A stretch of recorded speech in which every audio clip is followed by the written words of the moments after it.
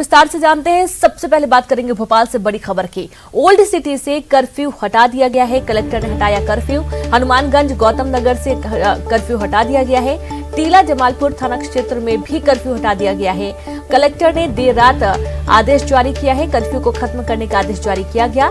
धरना रैली प्रदर्शन पर रोक जारी रहेगी। आम सभा पर भी रोक जारी रहेगी।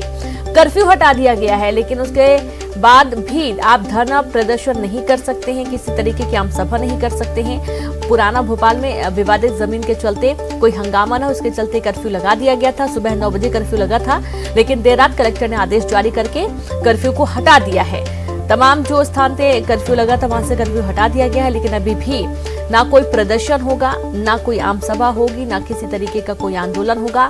टीला जमालपुर क्षेत्र से भी कर्फ्यू हटा दिया गया है। कलेक्टर ने देर रात आदेश जारी कर कर्फ्यू हटाया है।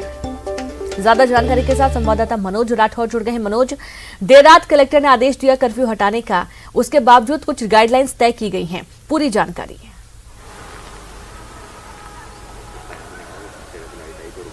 रेनू, बिल्कुल जिस तरीके से कल दिन भर कर्फ्यू का दौर पुराने शहर में चला और उसके बाद जिस तरीके से कल देर रात को मीटिंग पुलिस प्रशासन और जिला प्रशासन के बीच में हुई, उसमें ये तय किया गया है कि जो कर्फ्यू भोपाल शहर के 3 थाना क्षेत्रों में लगा है, जिसमें हनुमानगंज, टीला जमालपुरा और एक और थाना शामिल है, इन तीनों थानों से कर्फ्यू को हटाने का कल रात को फैसला लिया गया और उसके बाद कलेक्टर की तरफ से एक आदेश भी जारी किया गया और कर्फ्यू हटा दिया गया। लेकिन अभी भी उन तीनों थाना क्षेत्र में प्रतिबंधात्मक आदेश जारी रहेंगे, यानी वहां पर कर्फ्यू जैसा माहौल नहीं रहेगा, लेकिन जो आदेश है उसका पालन आम लोगों को करना पड़ेगा। उसको लेकर भी दिशा निर्देश कलेक्टर के आदेश में जारी किए गए। जो बैरिकेड्स जगह जगह इन तीनों थाना क्षेत्र में लगाए गए थे, हनुमानगंज, गौतम नगर और टीला जमालपुरा पे, वो बैरिकेड्स अभी भी लगे हैं, लेकिन वाहनों का आना जाना अब शुरू कर दिया गया, क्योंकि रात को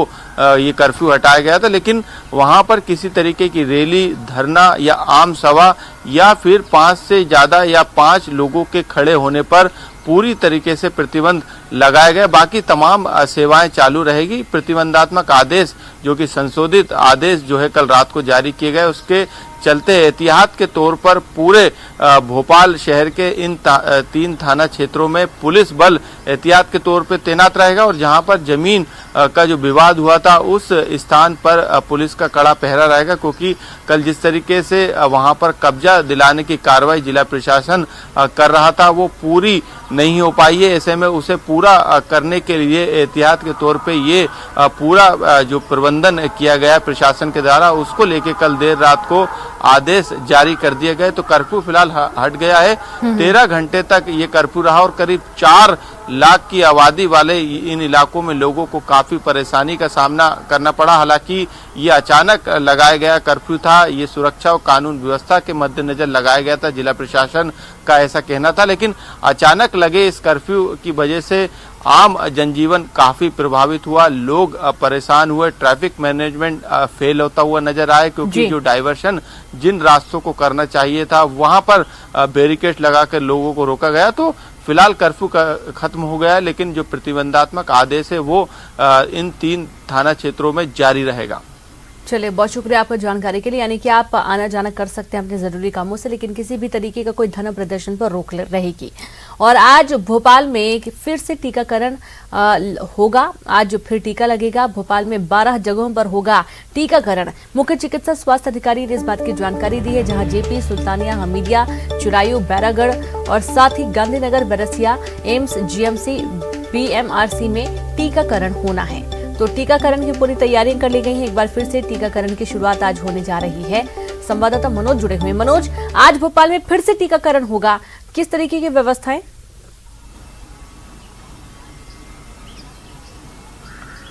जी बिल्कुल, जिस तरीके से पहले टीकाकरण किया गया था, तमाम व्यवस्थाओं को उसी रूप में रखा गया और यही कारण है कि कल जो है इस संबंध में अधिकारियों को, कर्मचारियों को दिशा निर्देश स्वास्थ्य विभाग के द्वारा जारी कर दिए गए। वही टीम आज भी कोविन का जो टीका है उसका वैक्सीनेशन यहाँ पर कराएगी। जेपी अस्पताल हो या फिर दूसरे सरकारी अस्पताल, जो कि पहले भी 12 सेंटर टीकाकरण के लिए बनाए गए थे, उन सेंटरों पर स्वास्थ्य कर्मियों को टीका लगाया जाएगा। इसको लेकर तमाम व्यवस्थाएं कर ली गई है। सुबह 9 बजे से जिन लोगों का रजिस्ट्रेशन कराया गया है उनको बुलाया जाएगा और वही प्रक्रिया अपनाई जाएगी जो कि पहले अपनाई गई थी। स्वास्थ्य विभाग के अधिकारी कर्मचारियों को दिशा निर्देश पहले ही जारी कर दिए गए थे, लेकिन क्योंकि आज 9 बजे से 12 जगहों पर टीकाकरण होना है, ऐसे में कल रात को अधिकारी कर्मचारियों को फिर से वही दिशा निर्देश दिए गए हैं। कुछ कमियां पहले की रही थी उनको दूर करने का काम किया गया है। तो जो पात्र लोग हैं जिनको मैसेज के जरिए जानकारी भेजी गई थी, जिनका रजिस्ट्रेशन कराया गया था, उनका इंतजार आखिरी समय तक किया जाएगा। यानी जितने रजिस्ट्रेशन हुए हैं उनका पूरे लोगों को टीकाकरण उनका होगा। इसलिए आज 9 बजे से टीकाकरण शुरू होगा। भले ही समय 5 से ज्यादा लग जाए, लेकिन उन लोगों को फोन करके बुलाया भी जाएगा जिनका टीकाकरण होना है। चलिए, बहुत शुक्रिया आपका मनोज जानकारी के लिए। तो आज एक बार फिर से सुबह 9 बजे से शुरुआत हो जाएगी टीकाकरण की और ये शाम 5 बजे से ज्यादा तक भी चल सकता है। वहीं आपको बता दें कि जो कोरोना की रफ्तार है वो बहुत कम होती जा रही है। एक राहत भरी खबर है। मध्य प्रदेश में कोरोना बुलेटिन आपको बता दें 24 घंटे में 355 नए मामले सामने आए हैं। 478 मरीज ठीक होकर अपने घर पहुंचे।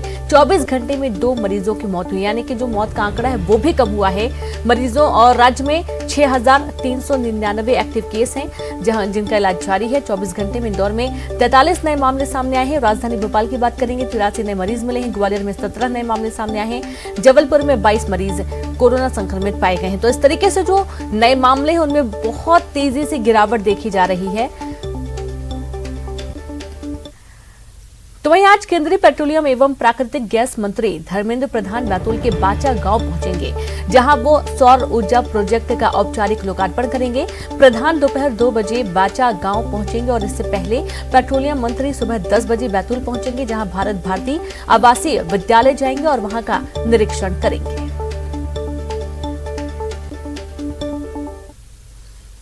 कांग्रेस सेवा दल के बाद 6 किसान संगठन आज कृषि मंत्री कमल पटेल के गृह जिले हरदा में प्रदर्शन करेंगे। प्रदेश के 6 किसान संगठन मिलकर आज प्रदर्शन करने जा रहे हैं। किसान तिरंगा लेकर ट्रैक्टर तिरंगा यात्रा निकालेंगे और केंद्र के तीनों नए कृषि कानून का विरोध करेंगे। उधर राजधानी भोपाल में बढ़ते महिला अपराधों के विरोध में कांग्रेस प्रदर्शन करेगी। नीलम पार्क में धरना देकर कांग्रेस नेता और कार्यकर्ता राजभवन का घेराव करने निकलेंगे। विधायक आरिफ मसूद के नेतृत्व में दोपहर 12 बजे कांग्रेसी प्रदर्शन करेंगे। उधर उज्जैन में भी कांग्रेस आज उग्र प्रदर्शन करने जा रही है, जिसकी अगुवाई सज्जन सिंह वर्मा और पूर्व कृषि मंत्री सचिन यादव करेंगे। साथ ही किसानों के समर्थन में ट्रैक्टर रैली भी निकालेंगे। नागपुर से भोपाल जाते हुए पूर्व केंद्रीय मंत्री उमा भारती रात्रि विश्राम के लिए बैतूल में रुकी। यहां उन्होंने किसान आंदोलन को लेकर बड़ा बयान दिया। उमा भारती ने कहा कि किसानों को हट छोड़ देनी चाहिए। सरकार को भी मौका मिला है कि कृषि कानून में जरूरत के मुताबिक बदलाव करे। उन्होंने कहा कि सरकार और किसानों के सामने बेहतरीन मौका है कि वो बातचीत के जरिए अपनी अपनी बात मनवा लें, क्योंकि ऐसा मौका अगले 25 से 30 सालों में दोबारा शायद नहीं मिलेगा। और जहां तक कृषि मंत्री को सुझाव का सवाल है तो वो इस विषय में मीडिया के सामने कोई बयान नहीं देंगी। वहीं प्रदेश में विधायकों के दल बदल को लेकर उन्होंने कहा कि कांग्रेस सरकार अपने कर्मों से गिरी है। किसानों के लिए एक अवसर है, किसानों के लिए अवसर है। 30 साल बाद आया है और जरूरी नहीं कि आप पूरा दिखा सकें। मैं आपकी जानकारी के लिए बता रही हूँ, 30 साल पहले शरद जोशी और महेंद्र सिंह टिकट इकट्ठे हुए थे और ऐसी स्थिति बन गई थी कि एक अच्छा किसानों के लिए एजेंडा तय हो जाता, लेकिन दोनों मंच पर ही लड़ पड़े। अगर आपको पता हो तो, आप लोग छोटे रहे होंगे उसमें, लेकिन मंच पे ही लड़ाई हो गई थी और स्थिति ये बनी थी कि किसान आंदोलन तितर बितर हो गया था। उनके मतलब वो नहीं लड़े थे, उनके समर्थक लड़ पड़े थे मंच के ऊपर और कुल मिलाकर के सब विद्रूप हो गया था। उसके बाद एक दूसरा अवसर आया है जब देश का किसान सामने आया है और सकारात्मक भाव से सामने आया है। ना वो हिंसक है, ना वो आक्रामक है, ना वो किसी की बेइज्जती कर रहा है, वो अपने मन की बात कह रहा है। और इसलिए किसानों को भी सावधान रहना होगा कि इस अवसर का पूरा लाभ ले लें और सरकार भी इस अवसर का पूरा लाभ ले ले। और किसानों को भी ये समझ लेना है कि अब दूसरा अवसर नहीं मिलेगा 25-30 साल तक। इसलिए किसानों की समस्या का आने वाली पीढ़ियों के लिए, किसान के परिवारों के लिए निदान हो जाना चाहिए, लेकिन इसमें हठ और अहंकार दोनों का त्याग करना पड़ेगा।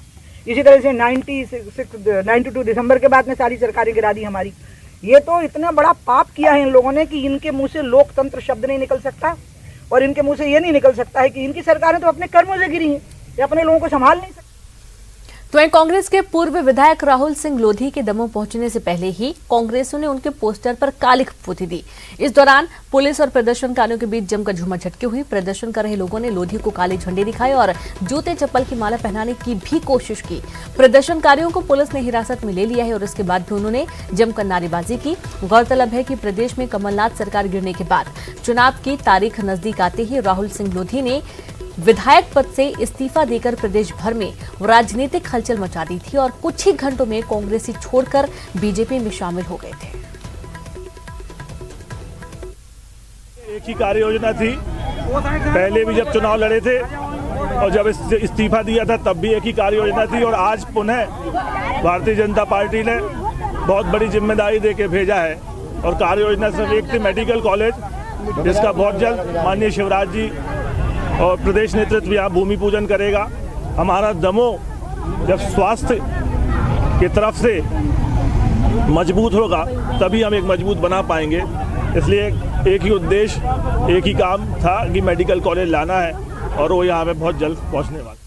रतलाम के सलाना से कांग्रेस विधायक हर्ष विजय गहलोत का वीडियो सोशल मीडिया पर वायरल हो रहा है। वायरल वीडियो में वो महिला एसडीएम पर भड़क रहे हैं और साथ ही ये धमकी देते हुए कह रहे हैं कि अगर आपकी जगह कोई और पुरुष होता तो उसका कॉलर पकड़कर मैं ये ज्ञापन उसके हाथ में पकड़ा देता। मैं विधायक हूं, आप हमें कुछ समझ ही नहीं रहे हैं।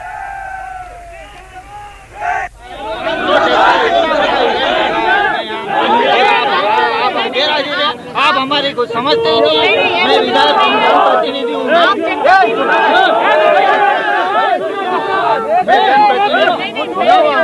मैं जीता हूँ, विधायक हूँ मैडम। बताइए हमारी मजिस्ट्रेट खड़ी है, ये भी तो आप एसडीएम मैडम को आप यहाँ पे मैं विधायक हूँ, आप यूँ तो आप बाबू को पहुँचा देती, किसी को पटवारी को पहुँचा देती। ज्ञापन को ऐसे थोड़ी ना कोई बाबू ले लेगा। मैडम थोड़ा आप महिला हैं, आप महिला हैं, तो ऐसा कोई पुरुष होता नहीं तो कॉलर पकड़ के देता मैं ज्ञापन। फिर से आप सभी का स्वागत है। खबर ग्वालियर से, जहां पर सूर्या सिंह हत्याकांड में बड़ा खुलासा हुआ है। पति डॉक्टर संजय सिंह ने हत्या की थी। विवाद के बाद हत्या की गई। मेट्रो टावर के पास झाड़ियों में लाश को फेंक कर जलाया था।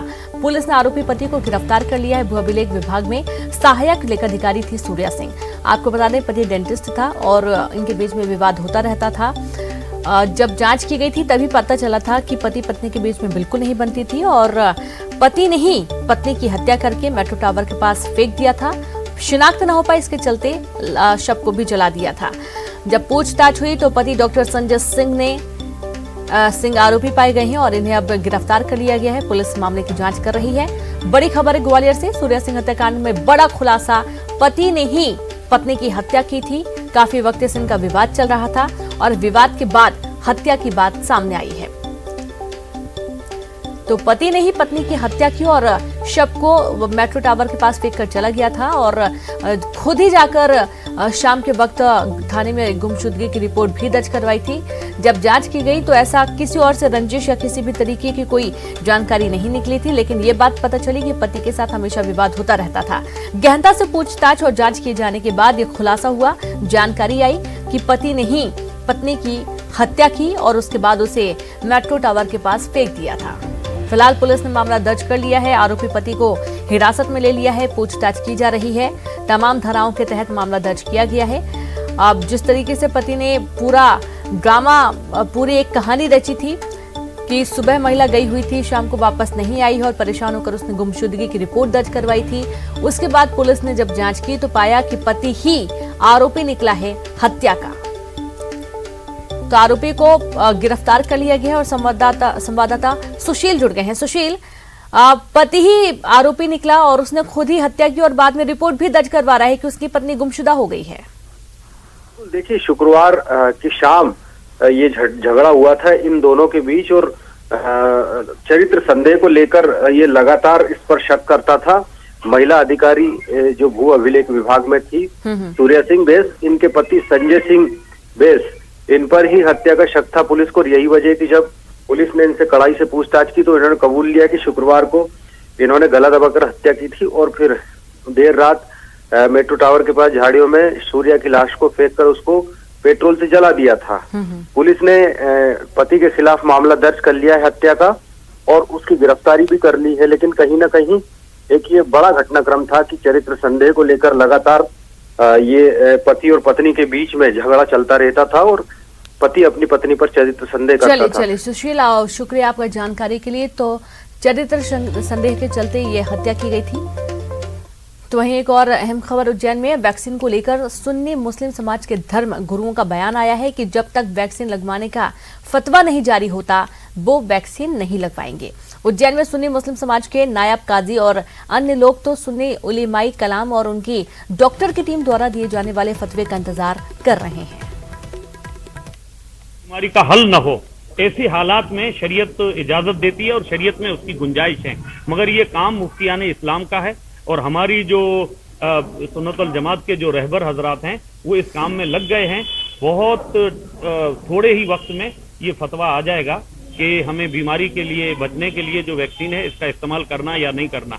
उम्मीद ये की जाती है कि कोई हल होगा, क्योंकि इस बीमारी का जब दूसरा कोई हल नहीं है तो यही उम्मीद की जाती है कि इजाजत होगी और बाकायदा वैक्सीन सब मुसलमानों को लेनी होगी।